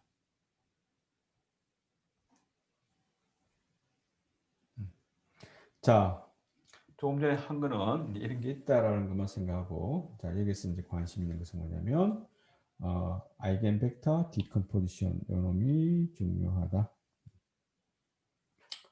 자, 고유값 문제는 n by n 크기의 정사각 행렬 A가 주어졌을 때 이런 성질을 만족하도록 하는 V, 여기는 V 벡터라 썼네요. 고유 벡터를 람다는 고유값 V를 고유 벡터라 그러겠다. 각각을 찾는 문제가 되겠네. 자, 그러면 서로 다른 n개의 고유 벡터가 있다고 전제한다면 즉 다시 말하면 주어진 행렬 A가 대칭 행렬이라면 자, n개가 서로 다르 요것도 v1도 고유 벡터요. v2도 고유 벡터요. vn도 고유 벡터니까 각각 고유 벡터는 이 식도 만족하고 이 식 따로따로 다 만족하죠? 다 만족하죠. 이거 n개를 이렇게 일일이 따로 쓸 필요가 있을까? 그래서 요렇게 이 행위를 한번 생각해 볼게요. 다시 어떤 행위를 생각하느냐면 컬럼 벡터를 v1을 하나의 벡터, 두 번째 v2를 두 번째 컬럼 벡터, vn 벡터로 구성되어 있는 이런 행렬 P를 한번 생각해 볼게요. 요놈이 P입니다. 자, A 곱하기 P는 자, A 곱하기 V1이 뭐가 되겠다? 요 성질에 의해서 람다 V1이 되고 두 번째 자리에는 뭐가 와야 될까? 람다 V2가 와야 되고 세 번째는 람다 VN이 와야 되겠죠? 음, 됐나요? 자, 무슨 말이냐면 행렬 A가 주어져 있습니다. 이것도 빨갛게 해볼까? 행렬 A가 주어져 있다. 그럼 여기에 관계되는 고유값 람다1 있고 거기에 관계되는 벡터 v1 있고 람다2, 람다_n 있고 각각의 관계되는 고유 벡터 v2 관계되는 vn. 이 말은 뭐냐면 a 곱하기 v1은 람다1 v1이 될 것이고 그 다음에 a 곱하기 v2는 람다2 v2가 될 것이며 이런 식으로 n개의 관계식을 우리가 쓸 수 있겠다. 자, 그런데 P라는 벡터를, P라는 행위를 어떻게 만들 거냐면 자, 이놈을 n by n으로 만들고 싶어요. 자, 첫 번째 자리에는 컬럼에는 뭘 넣겠다? v1 벡터를 넣고 두 번째 컬럼에는 v2 벡터 이런 식으로 vn 벡터를 놓아 볼 거예요. 고유 벡터들을 이제 컬럼 벡터에다 다 집어넣은 겁니다. 자, 이렇게 집어넣었을 때 AP는 A 곱하기 V1, VN 이렇게 P가 구성된다 그랬으니까 자, 근데 A 곱하기 V1은 첫 번째 결과 컬럼이 뭐가 될까? 요 값이 와야 되니까 람다1 V1 두 번째 컬럼에는 람다2 V2 형태가 될 것이며 n번째 컬럼에는 람다_n VN이 되겠네.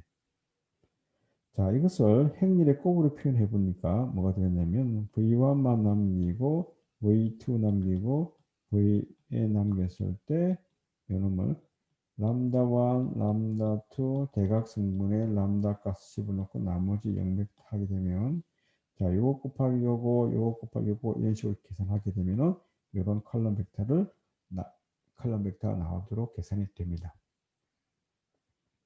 그렇게 이해되나?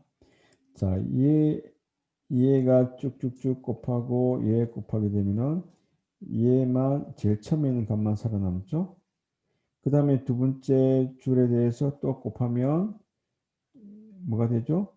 얘랑 얘랑 하게 되면은 이제 두 번째도 첫 번째 값만 살아남을 거라고요. 왜냐면 나머지는 다 0일 거니까. 이런 식으로 계산하게 되면 이 값이 나오게 되어 있어요. 자, 다시 한번 정리해 보면 제가 식으로 한번 써볼게요. V1, Vn으로 구성되어 있는 P 벡터랑 그다음에 람다1, 람다_n 형태로 구성되어 있는 대각성문의 두 행렬의 곱으로 표현되더라. 무엇이? AP는 뭐가 되었죠? AP는 P 곱하기 이것을 뭐라 부를까? 람다라 그럴까? 어떤 표현이 나을까? 람다 벡터라 그럴까? 오케이. 두껍이 실어 볼게요. 자, 그러면 이런 뭘 남기고, 자, A만 남기면 P 람다 대각성분 곱하기 그 다음에 이놈이 없어지려고 그러면 P의 인버스를 오른쪽에 곱해줘야 되겠죠? 자, 그런데 P가 지금 어떤 성질이 있냐면 고유 벡터들로 구성된 거니까 이놈이 다 뭐가 되죠? 다 수직이야, 서로 간에. 서로 간에 다 수직인 그런 이제 행렬들은 어떤 성질이냐면 같다는 성질이 있어요. 그래서 이제 우리가 이야기하기를 어떤 말로 이해할 수 있냐면은 P가 오소고날 P라는 놈이 뭐가 되냐면 조금 전에 이야기했던 오소고날 수직 성분으로 구성, 수직 벡터, 요놈과 요놈 각각이 다 수직이라는 성질 때문에 그러한 행렬을 뭐라고 그러냐면은 수직 행렬이라고 그러고 오소고날 매트릭스라고 그러는데, 그렇다면 오소고날 매트릭스는 P의 인버스랑 P의 트랜스포즈랑 같다. P의 인버스를 굳이 구할 필요가 없어. P에 대해서 트랜스포즈를 취하면 대각 행과 얘를 바꾸기만 하면 그게 뭐라고? 인버스가 된다라고 하는 것이 성질이 나와 있어요. 그래서 정리를 해보게 되면 지금 여기서 뭘 얘기를 했느냐, 이렇게 써야 되겠네요. 왔다 갔다 쓰면 합니다. 자, 행렬 A가 시메트리가 하면 뭘로 분해 가능하냐면은 P 람다 그 다음에 뭐가 된다? P의 트랜스포즈로 세 개의 곱으로 계산이 되더라. 근데 이때 P가 뭐더라? 고유 벡터들을 컬럼 벡터로 갖는 형태를 맞춰주기만 하면, 만들어내기만 하면, 근데 람다는 어떻게 되더라? 람다 1, 람다 2, 첫 번째 해당되는 고유값, 두 번째 해당되는 람다 2, 세 번째 람다 3, 요것을 대각 성분으로 갖는 대각 행렬. 그다음 뒤에 놈보다 요 놈을 어떻게 옆으로 세워 놓은 행렬이 되겠다. 왜냐면 P의 트랜스포즈가 돼야 될 거니까. 요렇게 시메트릭 행렬을 이놈으로 분해를 할 수가 있겠네요. 자, 이렇게 분해를 하면 좋은 게 뭐가 있을까? 일단 해봅시다. 그래서 여러분들 집에서 한번 따로 해보기를 바랍니다. A 행렬이 이렇게 주어졌다 라고 하면 이때 고유값은 1이요. 고유값 아까 했죠. 고유값 1하고 3은 나왔고, 이때 고유 벡터 하나가 1 마이너스 1이었고 하나가 1, 1이었죠. 그런데 이제 새롭게 고유 벡터를 좀 변화를 가할 거예요. 변화를 가한다는 말은 뭐냐면 크기가 1인 아이겐 벡터로 구할 겁니다. 그래서 1-1에 대해서 크기가 얼마 될까? 1의 제곱, 마이너스 1의 제곱 2가 되겠죠? 따라서 루트 2분의 1로 크기 루트 2로 다 나누게 되면 방향은 그대로 유지되면서 크기가 1인 벡터가 될 겁니다. 유닛 벡터. 그 다음에 1,1에 해당하는 V2 벡터도 새롭게 변환해서 루트 2를 나누게 되면 이런 형태가 될 겁니다. 자, 이게 이제 뭐라고? 고유 벡터 V1이 되고 요놈이 고유 벡터 V2가 될 거예요. 자, 요놈을 어디다 집어넣는다? 여기다 집어넣고, 그 다음 두 번째 고유 벡터를 여기다 집어넣고, 그 다음에 다이아고널 성분은 뭐냐면 첫 번째에 해당되는 고유값 1, 요놈은 두 번째 고유 벡터에 해당되는 고유값 3을 쓰고, 자, 오른쪽에 놈은 요 앞에 있는 벡터를 트랜스포즈 취하니까 눕히지 말고 얘를 트랜스포즈 취하면 세우지 말고 이렇게 눕히기가 되겠죠. 자, 이렇게 주어진 A 행렬을 이제 이렇게 세 개의 행렬의 곱으로 표현이 가능하다라고 하는 것이 아이겐 벡터 디컴포지션. 아이겐 벡터가 구성되어 있는 세 개의 행렬로 곱으로 표현되겠다. 요놈은 고유 벡터들에 의한 놈, 요놈은 고유값들에 의해서 만들어지는 대각 행렬, 요놈은 고유값에서 만들어지는 행렬의 트랜스포즈 취한 거. 고유값들의 관계식으로 딱 나타나네요. 참 좋네요. 근데 실제로 좋은가? 그런데 그냥 왼쪽에 계산하기 더 편하지 않나? A 이렇게 오른쪽이 더 복잡한 것 같기도 한데. 자, 그런데 이런 문제 한번 풀어봅시다.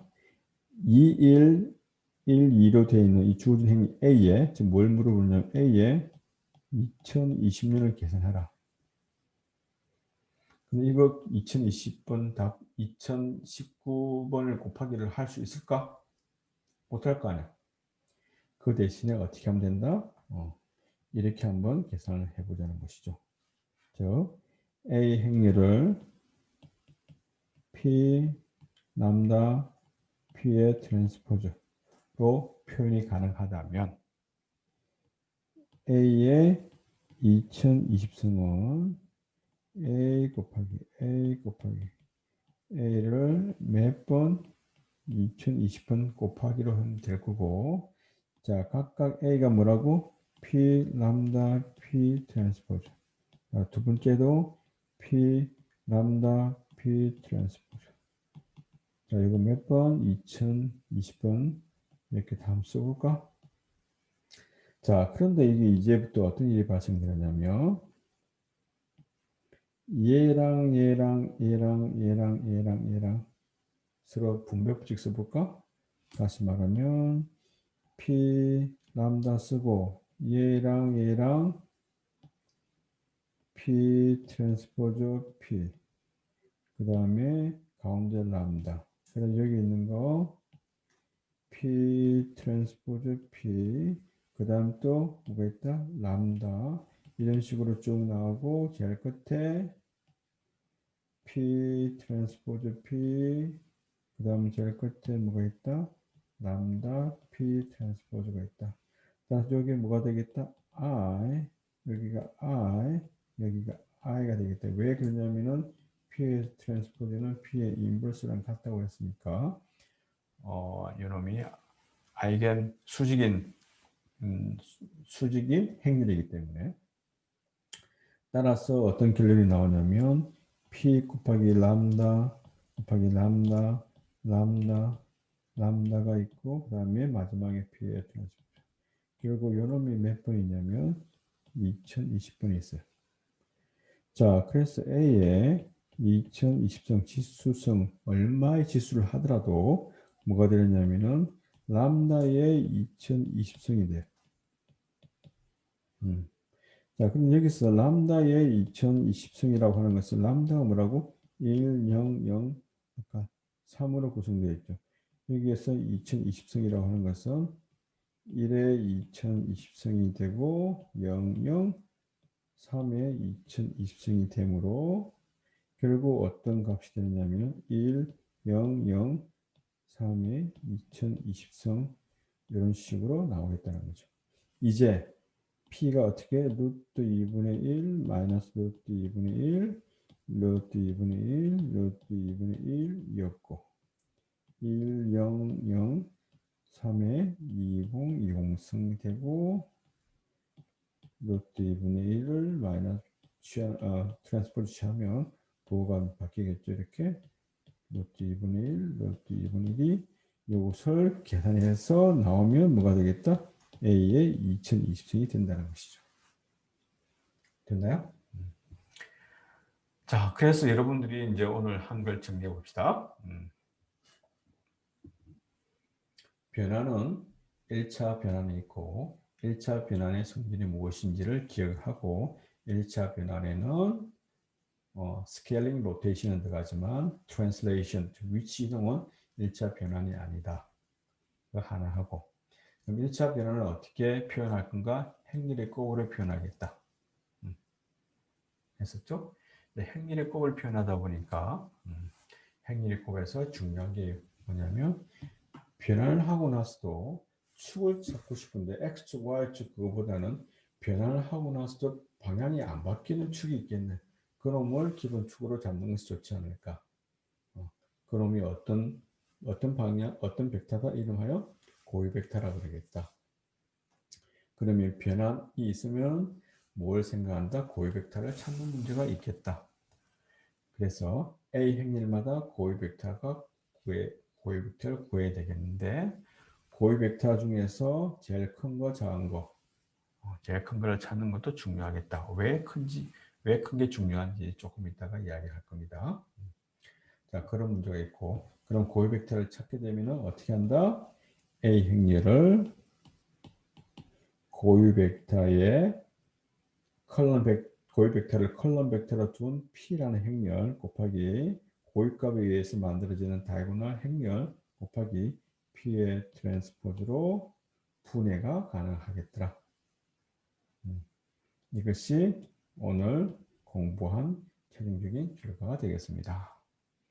그래서 여러분들은 뭘 공부할 수 있는, 무엇을 해야 되냐면 행렬 A, 대칭 행렬 A가 주어졌을 때 그놈을 이렇게 세 개의 곱으로 분해할 수 있어야만 되겠네요. 자, 그것을 공부해 주길 바랍니다. 자, 그리고 그래서 이제 우리가 생각하는 게 PCA, 다음 시간에 오프라인 수업 시간에 이야기할 텐데 Principal Component Analysis라고 하는 것을 공부를 해보겠습니다. 자, 여러분들 보기에 여기에 점들 데이터가 좀 많죠? 한 10개나 되나? 수백 개 되나? 수천 개 되나? 여러분들 실생활에서 여러 개 데이터를 받아들였다고 쳐보겠습니다. 즉, 다시 말하면 이 데이터가 100차원의 어떤 X축, Y축, Z축뿐만 아니라 여러 개, 예를 들면 어떤 의미냐면은 뭐 키가 얼마고 몸무게가 얼마고 그 다음에 나이가 얼마고 뭐 조건들은 다 100개로 구성되어 있는 100차원 데이터가 한 1000개가 있다고 생각해 볼게요. 근데 100차원이 너무 차이가 이제 차원이 많아서 복잡하지 않을까요? 그래서 차원을 좀 줄이고 보고 싶어요. 예를 들면 오늘 아주 간단하게 생각해서 2차원상의 점이 있는데 2차원상의 이 점들을 어떻게 분류를 하면 좋을까? 이런 잣대로 2차원상의 점들을 이제 어떤 잣대로 하면 좋을까 보게 되면 이런 축을 오케이 2차원 잣대를 여기 지금 너무나 다르기 때문에 한 축을 쭉 잡아서 이 축으로 모든 점을 다운시키는 게 좋을까? 2차원은 좀 복잡하니까 1차원에 의해서 그 값을 알고 싶은 거예요. 1차원으로 알고 싶은데 근데 요렇게 축을 잡으면 좀 더 짧은 형태가 나올 거고 노랗게 잡으면 좀 많이 퍼져 있지 않나? 그래서 어느 축을 잡는 것이 전체적으로 구분을 하기가 좋을까? 퍼져 있는 게 좋겠죠. 중복되는 게 적을 거니까. 그래서 많이 퍼져 있는 게 뭐가 될까? 관심을 퍼져 있는 게 중요한 축이라고 생각하지 않을까? 그래서 프린시플이라고 하는 것은 중요하다는 말이고 컴포넌트는 축이란 말이고 그래서 복잡한 차원의 정보를 데이터를 조금 더 간단한 차원이 낮은 형태로 차원을 줄여보고 싶다. 즉 2차원 정보를 1차원 정보로 알고 싶다. 즉 여기서 말하는 1차원 정보라고 하는 것은 뭐냐면 원점으로부터 빨갛게 표현할까? 원점으로부터 얼마나 떨어져 있는지 즉 요 점들을 쭉 이렇게 다운시키게 되면 이렇게 요 직선에 다운시키게 되면 이렇게만 분포되고 이제 요 놈을 이렇게 이 직선에 대해서 프로젝션 하게 되면 이렇게 넓게 분포되겠죠. 그래서 이것보다는 요 축이 더 좋다. 그래서 이렇게 많이 퍼져 있는 축을 우리가 뭐라고 얘기할 거냐면 first 첫 번째 principal component라고 그러고 거기에 수직인 축을 뭐라고 부를까? 뭐라고 부르냐면은 second principal component라 그런다는 거죠. 그래서 first component 쪽으로 principal component 쪽으로 이제 중심 축을 잡는 것이 전체적으로 많이 퍼질 거니까. 자, 그런데 어느 놈이 first인지 어떻게 알까요? 그래서 아이겐 밸류가 제일 큰 놈이 아까 뭐라 했죠? 방향은 그대로 유지되면서 크기가 쭉 바뀌는 게 이게 스케일링 되는 게 고유값이었잖아. 그래서 고유값이 제일 큰 놈이 제일 중요한 축이라고 생각할 수 있겠다. 그래서 아까 뭐라 그랬죠? 고유값이 제일 큰 것을 어떻게 찾을 것인가 라고 하는 문제를 다뤘었고 그래서 우리가 지금 하려고 하는 것은 복잡한 데이터를 차원이 조금 낮은 데이터로 차원을 축약해서 문제를 풀고자 하는 것이 Principal Component Analysis가 되겠다. 문제를 쉽게 하겠다는 의미가 되겠죠. 자, 다음 시간에는 PCA에 관해서 공부하도록 하겠습니다. 자, 오늘 수업 여기까지 하도록 할게요. 자, 수고했습니다. 너무 좀 복잡했죠? 그래서 by